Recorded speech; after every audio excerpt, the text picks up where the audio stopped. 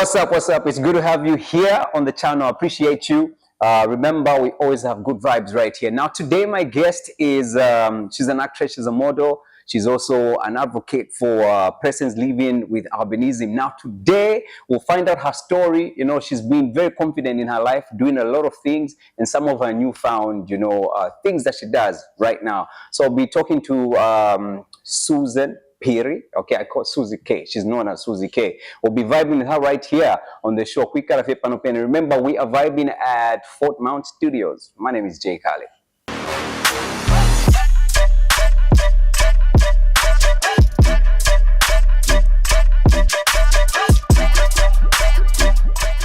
What's up? My guest today is Suzy K, and I was telling you earlier that, sometimes you really need confidence in this world to make it, okay? And you always need to persevere. Now, I think it's been 3 years or so, I've been wanting to talk to Suzy. Finally, you're here. Welcome, Suzy. Thank you. So I've been like 3 years. I'm like, wow. There's always, like we said in the background, there's always someone watching. There's always somebody, noticing what you're doing. I've been seeing everything that you've been doing for the last 3 years. Isn't that scary? It is. I didn't know that someone out there is monitoring my... There's maybe 60 people like me out there. So I'm just one of them. Yeah. But the reason I wanted you here, obviously, to just get to know you more. Obviously, appreciate what you're doing as well. But otherwise, you're good. Yeah, I'm good by God's grace. Yeah. Do you always look this good? Is there a time we'll find you nakatenge? Because I think from your pictures for years, it's like your image is always like, Yeah. So we'll find out when that day comes. Yeah, sure. I'll be like, Suzy, and you're like, oh my gosh. Yeah. And otherwise, I just want you to feel at home. Thank you so much for coming through today. Thank you for the invitation. Suzy, now, just run me through your childhood. I want to know what you remember as a kid. What was like for you? Like, from the time you're a kid, your friends, just your upbringing, family, and everything else. Okay. Yeah. At first, when I was born, in Africa, when you're born different, you're being treated differently. Yeah. So when I was born, by the way, I have an elder sister with the same condition. Are you serious? Yeah. I'm the second born in a family of 3. So when I was born, both our parents accepted our condition and we were being treated equal. So I didn't really realize the difference between me and other children out there until I lost my father when I was 5. I'm sorry about that. Yeah, thank you. Mom got married to another man who has 3 children who believes albinism is a curse. I think that is when I came to realize the difference between me and others. So my childhood has been a sad story, and I didn't really know how it feels like. I didn't experience that fatherly love, losing a dad at the age of 5 and living in a strange house, strange people, and people mocking you towards your condition, which you don't really understand why you were born different. And by then, Mom didn't know why she gave birth to a child who is different.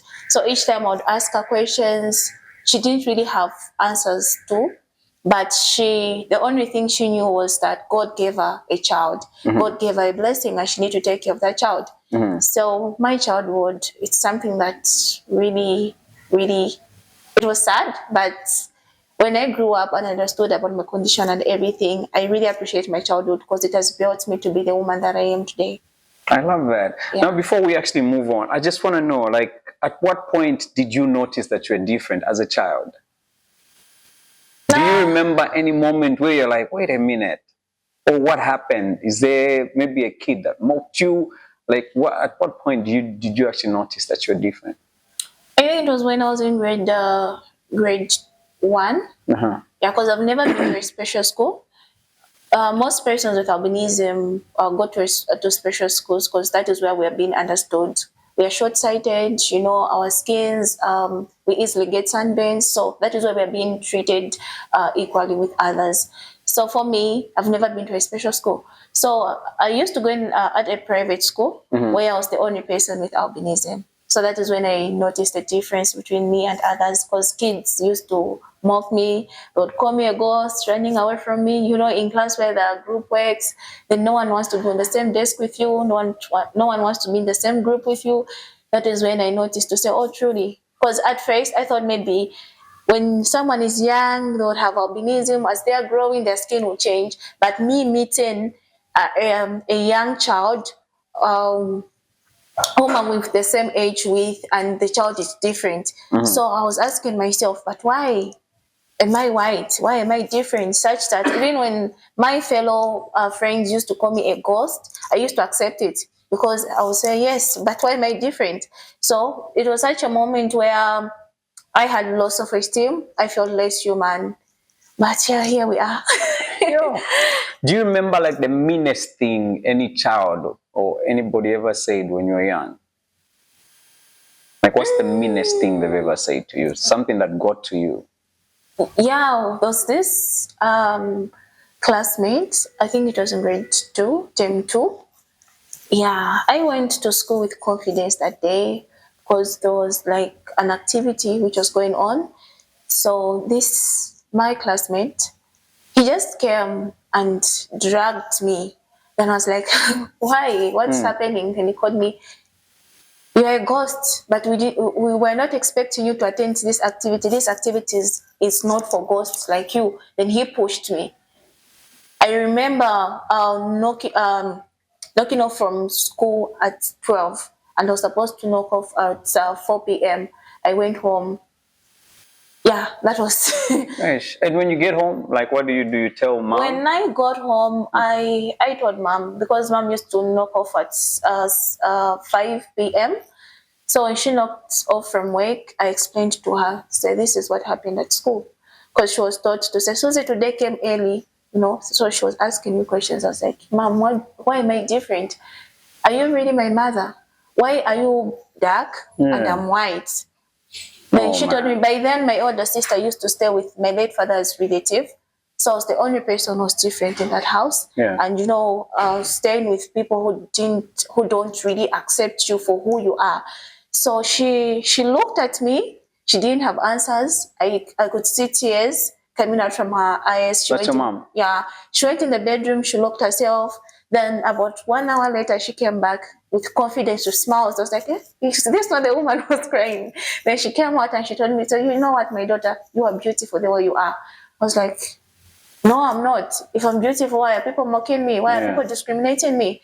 Then she told me to say, Susie, people who are mocking you, they're jealous of you. I was like, jealous of me? Why? She told me to say, you look like Jesus Christ. Oh, wow. Yeah, I was like, why? Well, I look like Jesus Christ. What do you mean? I don't understand. So she made me watch the Passion of Christ. Yeah. So the man was acting as Jesus in that movie. He was white-skinned. So when I looked at that man, that gave me confidence. That boosted my confidence. And the following day, I woke up at 5 a.m. I was like, Mommy, I want to go to school. She was like, are you not the person who said you'll never go to school again? I was like, no, I want to go.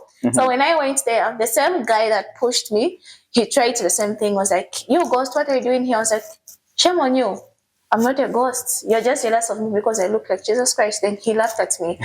Then I was like, what do you mean you look like Jesus Christ? I was like, my skin is white. You should tell your mother to make you watch a movie of Jesus Christ. I resemble Jesus Christ. Then you are dark skinned. Who do you resemble? He didn't have answers to that. So that gave me confidence. And I stood for myself. Each time when a kid comes to me and tell me, you look like a ghost, I was like, I'm more representing Jesus Christ, but who do you resemble? You know, I would ask them questions and they wouldn't say anything to defend themselves. And that kept me pushing in my education time. Oh, wow, that is something. I love what she did. You know, I love what she did. Well, we're gonna go on a break. When I come back, I just want to find out like your teen. You know, whenever girls, boys are teenagers, there's a lot that happens. I want to know what's happening with you. Okay. Otherwise, those that have just tuned in, you've just come through on the channel. Thank you so much. My name is Kale. Don't go anywhere.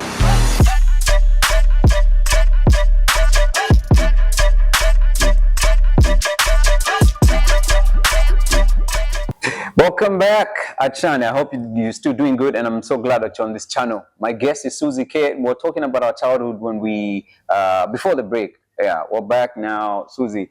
I remember mentioning, I said, I just wanted to know how your teens were, you know, when you're 13, 14, 15, 16. Ungasikamba so kansi muntu akali teenage.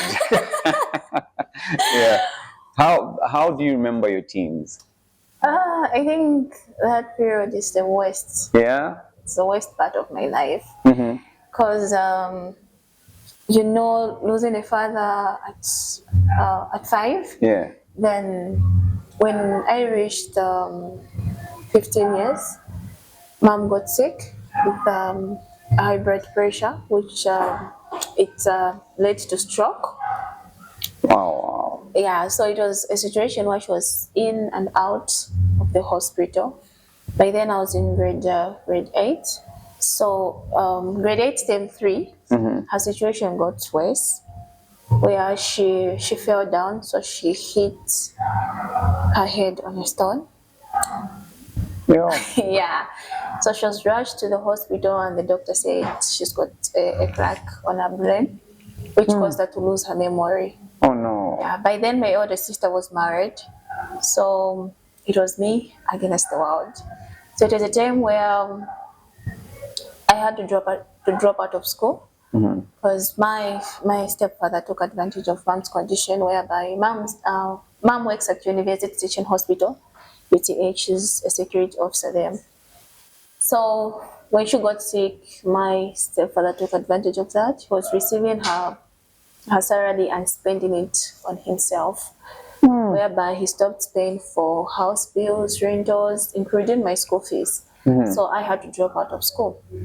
Then I remember grade 8, that same term, because I was a kind of person where in my growing up, mom used to tell me education is everything. You need to put God and education first. She told me these are the first thing that I should really, really embrace in life. So I was struggling, you know, a situation where your friend would come visit you, your friends from school would come asking you questions. Why are you not why are you not coming for school? You know, such questions. So when my father died, his relative just gave me one property, which is a fridge. Oh my God. Yeah, so that was the only thing that I had. From your dad? Yes, so I was moving around trying to sell the same fridge so that I can pay for my school fees. How old were you at that time when you were trying to sell the fridge? I was 15. Yeah. Yeah, so I was moving around and I was in grade 8, trying to sell the fridge. I even reached the point of approaching the head teacher, the school where I used to go. I was like, can you just get the fridge? When mom is back on her feet, she would pay you for my school fees, then she'll take back the fridge. Then he looked at my determination and everything. He told me to say, okay, I'll pay school fees for this term. I'm sure grade 9, term 1, your mom will be back on her feet and she can continue from there. I was excited. I went back to school. Then grade 9, term 1, it was time for me to pay school fees. By then, mom's situation was worse because she couldn't even remember me, her child. Yes. Yeah, so I didn't report for school. Then I had a best friend at school by the name of Joyce. She was 3 years older than me. She had a boyfriend. Yeah, I wish I can really meet this girl. So it was a situation where when she goes to see her boyfriends, they give her 20 kwacha, 30 kwacha, she would share it with me. Then I'll buy food stuff, you know, I'll buy some vegetables. Yeah. Then mom was discharged from the hospital, but her situation wasn't that stable. So I was taking care of mom, you know, her family was there, but it was a situation where they'll just come, they bring fruit for her, they'll go. They treated her like a normal patient, but a situation, it was worse, where she needed, you know, someone who's older, you know, to take care of her, but it was me. The only person who is close to mom is her young sister. By then she was in Kasama at school. She was at college. So it was just me. I used to take care of her. Imagine taking care of a grown woman at the age of 15. Yeah, and mom's Wasn't situation tough, huh? was where such that she was, the medication that she was taking, you would tie her, at some point she would wake up with this energy, you know. So I lived my life like that. Then in the yard where I used to stay, there was this man. He's a teacher by profession. He had, he wanted me for a relationship, which I refused. I was like, no, I'm not a you know. So he looked around and he said, what is it? Where is her weakness? Then he discovered to say my best friend is the one who is helping me in terms of food stuff, because mom, the medication that she takes, it requires her to eat 4 times a day. Oh. So he looked around, he's like, oh, her friend. So he went through my friends and told her to say, you need to stop helping this girl. So that she would consider me. Tell her to say, I'll do everything for her. So my friend stopped doing that. Then I said, oh, God is going to provide. Then my friend was like, well, see how long God is going to provide for you. Then when mom was discharged from the hospital, the doctor said she was supposed to be going for reviews at least once a week. Then looking at her situation, it was a situation where you can't go at UTH using a public transport. It required us to book a taxi. By then, we didn't even have Yango. So here's me thinking, because the doctor said she's not supposed to miss any review because of, you know. So here's me thinking, you know, I can't, how am I going to do how this? am I going to afford this? Then I went to this man, the same guy. I told him, okay, I'll be in a relationship with you on one condition, if you are going to provide everything. He was like, no problem. He was providing everything till the worst happened. I didn't date this guy for more than 3 months. I got pregnant for him. Oh no. Yeah. How old were you? I was 16. 16? Yeah. You got pregnant? Yeah. Yo. I got pregnant for him, and when, you know, at 16, you know, being a teenager, this is the time where you need your mom's guidance, where they'll guide you on the do and don'ts, how you should go about life, how you can take care of yourself. But you were almost on your own, in that time. It was just me growing up, experiencing new changes on my body, you know. And at school back then, they never used to teach us on SR, HR. You know, you need to discover things. We're just ready to say, the only way you can prevent HIV and AIDS is by using protection. They want you to say protection can also prevent pregnancy, you know. Yeah. So, so when I got pregnant, it was very much hard for me to discover that I was pregnant. In the yard where I used to stay, there were 5 houses. So there was this elderly girl that I used to play with, but she was not that really close to me. Then I told her, I didn't see my period. Then she was like, no, since you are doing it for the first time, you miss your period for about 3 months, you know. So since she's older than me, I'm sure she was scared about the current situation. So, second month, I didn't see my period. Then I was having this morning sickness, you know. Then I thought a woman was married in the same year. I was like, I haven't seen my period for 2 months. Then she asked me some questions and she told me to say, you need to buy a pregnant test. I said, what is a pregnant test? Everything was new. Yeah, it was new. So she explained to me, in which I did a pregnant test and I discovered I was pregnant. I was scared. By then, mom was back in the hospital. She was admitted. I was scared, you know, but I approached the guy. I was like, I'm pregnant. Then he told me, oh, really? That's good. We'll take care of the child. He was happy. Yeah, he was very much excited. Oh, thank God. I was like, oh, God, I thank you. At least I've got someone who loves me the way I am. You know, I used to have low self-esteem. I was that kind of indoor person, you know, someone who looked down on herself. Then 2 weeks later, the guy came back and asked me to abort the pregnancy. What? Yeah, he asked me to abort. Then I asked him, why do you want me to abort the pregnancy? Then he told me to say, I've researched about you guys, like you being a person with albinism, have researched about you. You have discovered that you people are cursed. So having a child with you, it will be double the curse. So you have to terminate this pregnancy. Yo. I tried to, you know, I was like, but why did you have something to do with me? Yeah, if you're gonna... if you knew that I was cursed, I was like, I didn't know that you have to abort the pregnancy. You know, this person was way, way older than me. So we started this fight, you know, and I remember he called me, it was in the, you know, in a closed room. We started, you know, arguing. Then he told me, so you know what, Susie? if you want to keep this pregnancy, don't mention my name. When you mention my name, I'm going to kill you and I'll bury you. No one will know about your whereabouts. Because he knew to say it was me against the world. No one, like, had no one to speak for me. He actually said those words? Yeah, he told me to my face. He looked at me and he told me. So I was scared in an environment where, you know, you have no one to talk to. Then mom was discharged from the hospital. Then I had to go back to school because her situation was at least better. But she also resumed work. I had to go back to school, but she didn't really notice that I was pregnant. Yeah. Mom discovered I was pregnant when I was already 6 months gone. 6? You almost... Yeah. Yeah. You know, where neighbors would talk to say, "Oh, your daughter looks," you know, I didn't really, my stomach didn't really grow. I had hips, you know. Yeah, so neighbors would say, "Hi, Susie looks pregnant."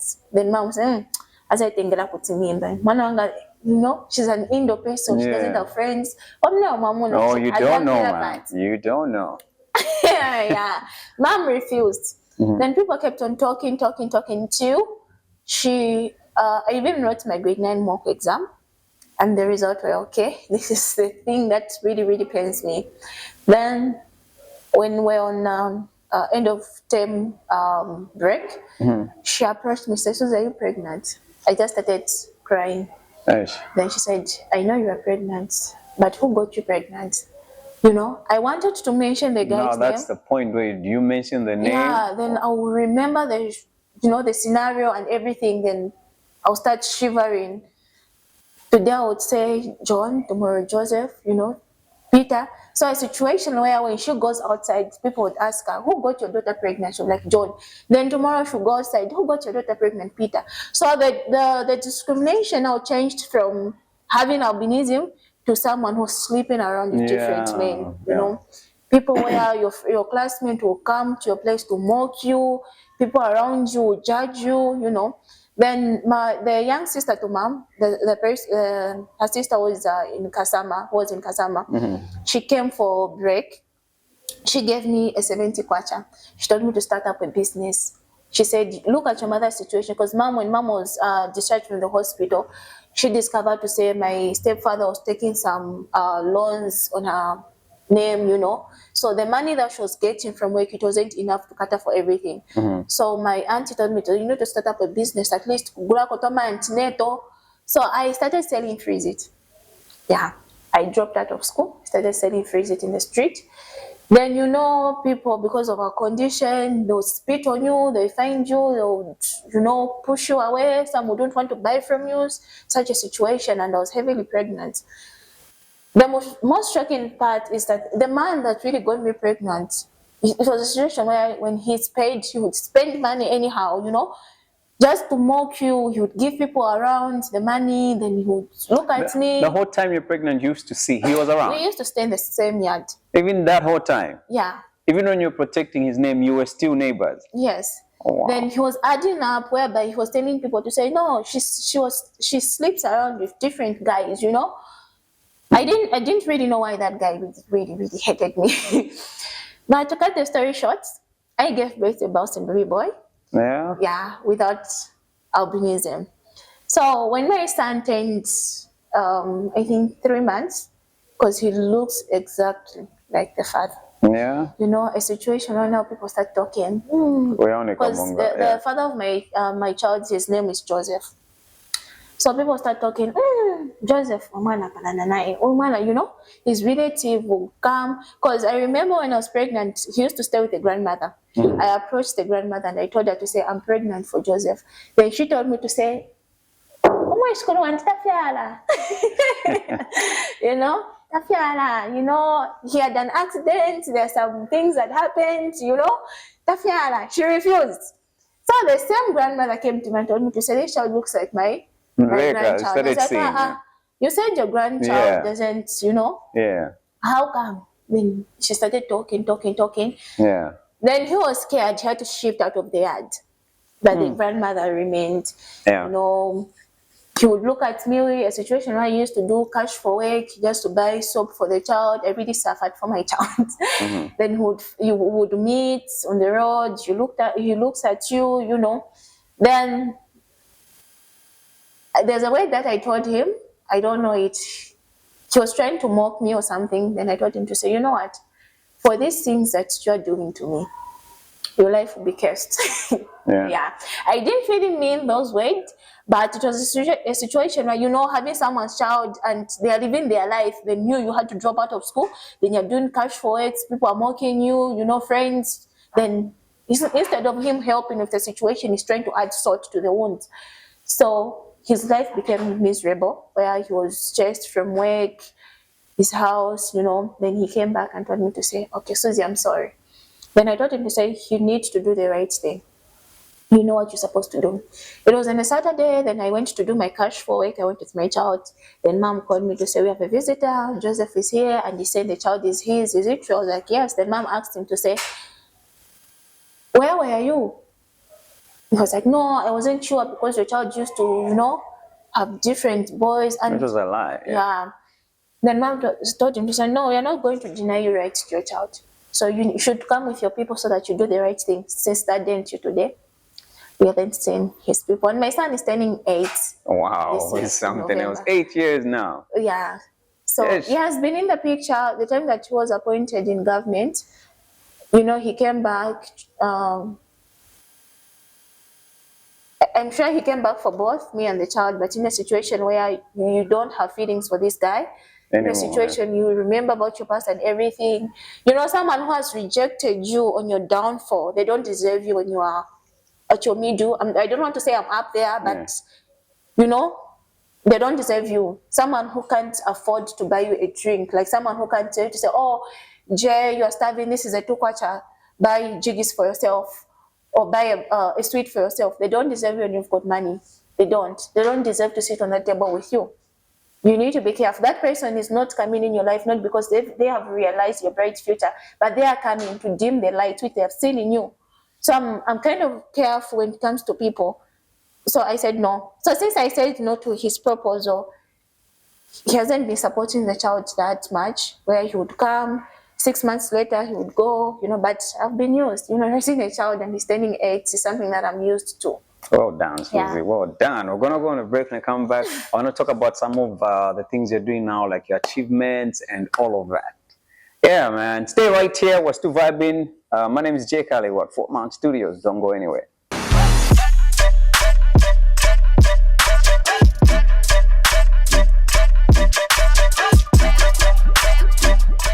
Welcome back. My name is Kale. My guest today is Suzy K, and we are just catching up on her life and everything, building up. But obviously, she's done some things that you may not know, and we're getting into it right now.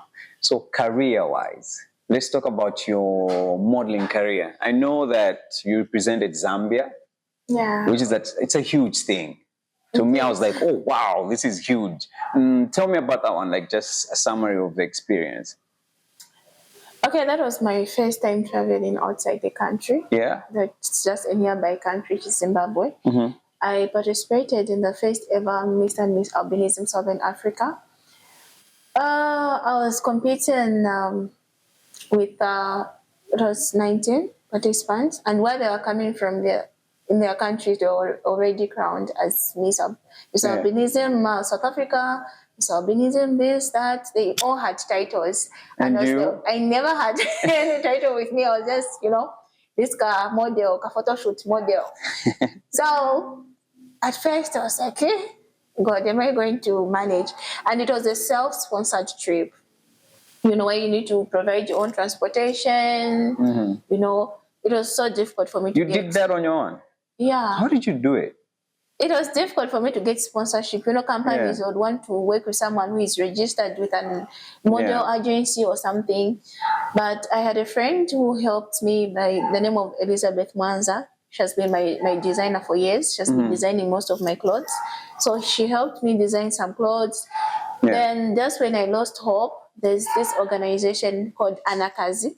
Anakazi, they work with women empowerment. Yeah, I think I've seen them, yeah. Yeah, they came in like I owe that organization a lot. Yeah. They came in, I think, a week before I traveled, and I had already given up.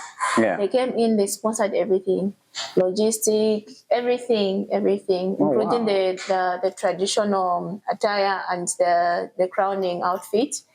They also gave me one person to travel with, the person that did the design of the nightwear, like the dinner dress. Yeah. Yeah, I went with her, I traveled with her, reaching there, finding people with crowns, sash. Yeah. So You were just an underdog. Yeah. I was scared. I was like, Susie, you got this. are you going to do this? Yeah. But I said, yeah. I've been this confident person who was a self-inspired person. I was like, I'll do it. And immediately I saw the people that I was competing with, I told myself I must come out second. And definitely I came out second. I was crowned as second princess of Southern Africa. Yeah. That was huge. We saw that. We actually talked about it, I remember, on TV. Yeah. Yeah. All we had were your pictures. I think I got a clip of your video on stage. Yeah. It was amazing. Good stuff. We saw you walk. We know how you walk. Okay. Yeah. Yeah, I came out second, and my main reason of me participating in that pageant, it's not because of me, but due to my life experience growing up with this condition where people look down on you, I've noticed to say a lot of ladies with albinism out there, they are passing through such a situation where they've got no one to speak for them, no one to talk to. So my main reason of me participating in that pageant was just to motivate a sister or a brother with albinism who feels they can't do it, to say, if she did it, we can also do it. Amazing. Suzy, sorry to cut short. What are some of now that you mentioned, like you obviously you wanted to inspire, somebody with the condition, the same condition, right? What have you ever heard of? Even maybe it's not even in Zambia, where certain people have gone through some of the some things that some people have gone through because of living the condition. Okay, some of the things life experience, I'm also the Lusaka branch coordinator for Albinism Foundation of Zambia, so I interact with a lot of people. Some of the things that persons with albinism go through, the most common, most especially to ladies, is most ladies with albinism, they're single parent. Reason being, there's a myth that men have out there to say, oh, ladies with albinism test different, sexually. So you find a guy who come to you and promise, pretend to love you. Once they sleep with you, they impregnate you, they're nowhere to be seen. Also, some guys just want to try. Yeah, they just want to have that experience. I don't know, maybe I don't know. It's, yeah. Yeah, and that is the main reason why. And, most persons with albinism, we are coming from broken families, broken home where we don't know how it feels to be loved. So a guy coming to you, feel maybe you've reached, this is where I belong, not knowing that there's a motive behind that. Yeah. And I know in some countries, obviously, there's, beliefs that if I get one of, people, the body parts, I'll get rich. There's just so many crazy things. Yeah, and talking about that, that is one myth that keeps our life in danger. Yeah. Because I've had stories where a couple is married, a guy will come to me, propose love, we'll date for 3 years, we get married, then he cut off my body parts. That is why, let me not say much, but yeah, those are common cases that. So how do you live your life? Like, do you always have people around you to protect you because of these things, or you just take a chance? Okay, for me, I think I just take myself as human. I don't have to limit myself because of my condition. Because if I keep myself indoors, who is going to provide for me? That's the number one question. Then secondly, I just live a private life. When I say private, like I mentioned earlier, I do not have many friends. I don't have many friends. And if it is not work, then I'm indoors. The only trusted person that I have, apart from my best friend and family, is my partner. I like that. Yeah, so he's someone that I trust. and in a situation where people will talk, but I know my rest in place. That's So, nice. How long have you guys been together? for quite some time. Like For 1 month? 4 years. No, 4 4 years. years. Yeah. It's leading somewhere. 4 years is like Yeah, a this long is someone time. that found me at my low time where, is someone that would sit me down like a sister who would question you. Is someone that would tell you to say, Suzy, you can do this. There's someone who will tell you do something wrong, He has been a parent. I'm not saying this because people say, no, she's in love. That's why she's saying that. But yes, every relationship has got downfalls. We've had our own downfalls, but we always find our way to bring us back together, and love conquers it. At what point did you know he's real? Didn't you also think like he's just trying to see maybe what type? I don't know. Let me try this too. We guys, we like to try different girls. Didn't you also think like maybe he just wants to try out? Yeah, at first I thought so. And being the person that I'm dating, that he's a public figure, he's someone who's famous. Oh yeah. So I thought. Now I'm concerned. Who is that? No, that's private though. Yeah, you've never put him out there. People don't know? No. People don't know? No. There's no picture out there on your socials? No. What, does he sing? No. Is he like... No. I'm trying to think. Is he like... No. He's not what you think he is. Yeah. Does he have the same condition as you? No. You gave me a lot of no's. Which one's going to be a yes now? So, people will say, no, these people, they'll speak negative of him, But, due to my experience, apart from the father of my child, I was also in another relationship before him. Yeah. So, at first I thought maybe, yes, what people are saying is true. This is someone who's famous. Maybe he's just trying to, experience this and that. But really giving me homework. But getting to know him, his life, his family, and everything, I discovered to say, okay, this is someone who's different. I see. How long are you gonna keep it private?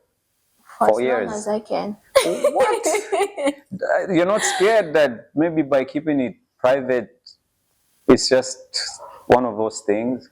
No, it's not. I'm just keeping my kids. Okay, the day I found out, like, Suzy, I know. Yeah, I'll call you. Trust me. Oh, really? You won't. Okay, now let's talk about some of your curiosities. Maybe one day before all of this, I want you to be open. Did you ever think like, okay, maybe a guy, with the same condition as me could be perfect for me? Did you ever think that? And, just your curiosity. I just want to know, did you ever try anything like that? No. Really? No. And it has never like crossed my mind where I just feel like I want to date a person with albinism. Have you ever dated? No. Never? Never. But I've had guys with albinism who have proposed. Of course, man. Yeah. Well, what's your reason though? Like everyone has got choice and type. Yeah. Yeah. I'm not saying they're not my type, but if the guy that I'm dating would come in with albinism and everything, I would accept him. Okay. There's this attitude. For me, I don't look at the person because of their condition, but I'll look at their attitude and their capability. Yeah. So most of them that have come to me, they're like, our energy just didn't really match. Yeah. Yeah.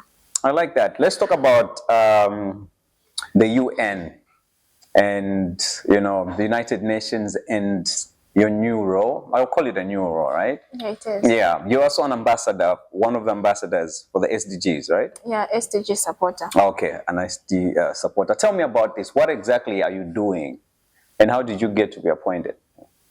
I was appointed by God's grace, to say. Okay. Yeah, I just received a letter. Said, oh, Suzy, we're giving you, this role. Yeah. Then when we went there, I discovered there are a lot of famous people there. Yes, I know. Biflo, Wezi, there's Esther Chungu, Makamgala. Yeah, there's a lot of people. There are a lot. And I was like, what is happening? Yeah. And I've been so close to Wezi, but I didn't know she was also part of it. We just met there. I was like, where you just feel like, oh, is this really me? Yeah.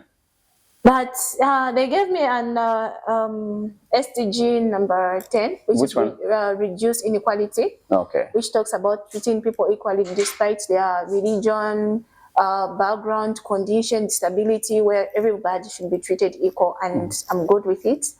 Nice. That's like your everyday role, right? Yeah. So it's Just easy flowing with peasy. it. Do these things come with money, or it's just? I'm curious. Does it come with money, or it's just something you do? Team, I say, or it's like a job.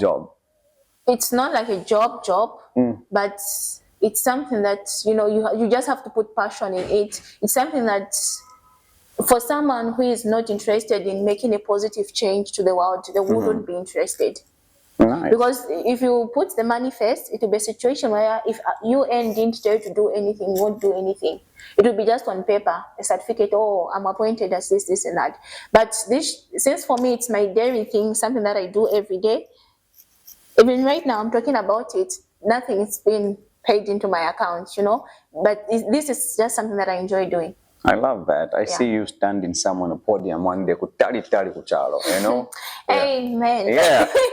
Have you seen some of, by the way, I admire your confidence. I love that. When did you actually gain that confidence? Do you remember exactly? Yes, that was in 2017 when I met Mr. John Chitty. Yeah. I asked him to say, why are we born in this way? Yeah. Why do you look white and why do I look white? And he told me to say, Suzy, I don't have answers to your question. The only thing I'll tell you is disability is not inability. Albinism is just a condition. You can do what any other person can do. That is the only answer he gave me. He told me, if you want to research more about your condition, Google. Oh, wow. Yeah. So just those words that he told me to say, albinism is just a condition. You can do what any other person can do. That was the time that I gained my confidence. When you don't love yourself, you can't take care of yourself. So I loved myself first. Then I took care of myself, my skin and everything. Then I now discovered my talents. Right now, with your confidence and everything that you've done, you're walking in the street and somebody says something really bad to you. What do? I think I used to experience that the time that I had low self-esteem. But for now, people really admire me, including children. They say, oh, Kamzungu. The name must change from that weird name. Yeah. Okay, Kamzungu.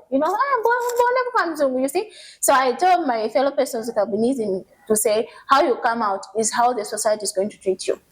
Nice. Yeah. I love that. Have you seen the young girl who's created that, who's come up with is it the lotion?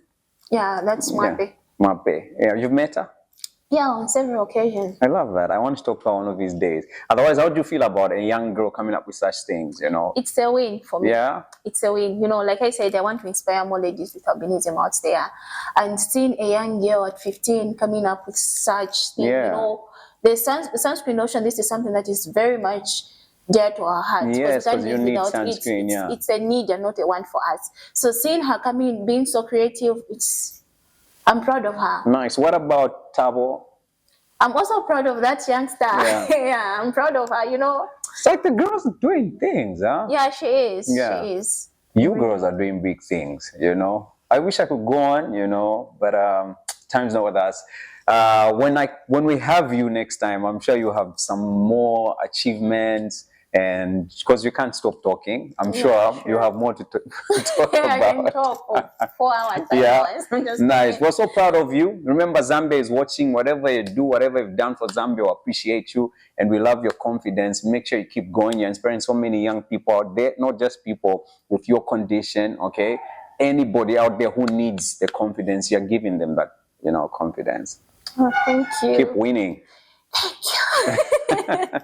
All right, it's been nice having you here, Suzy. Thank you for having me. Looking forward to the next episode. So on.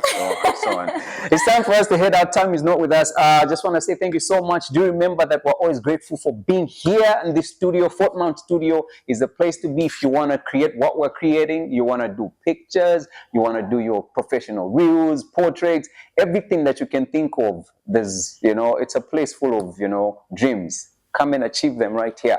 My name is Kale. My guest today, Suzy K, a model, actress, an ambassador now, a supporter for the SDGs under the UN. She's got so many titles, man.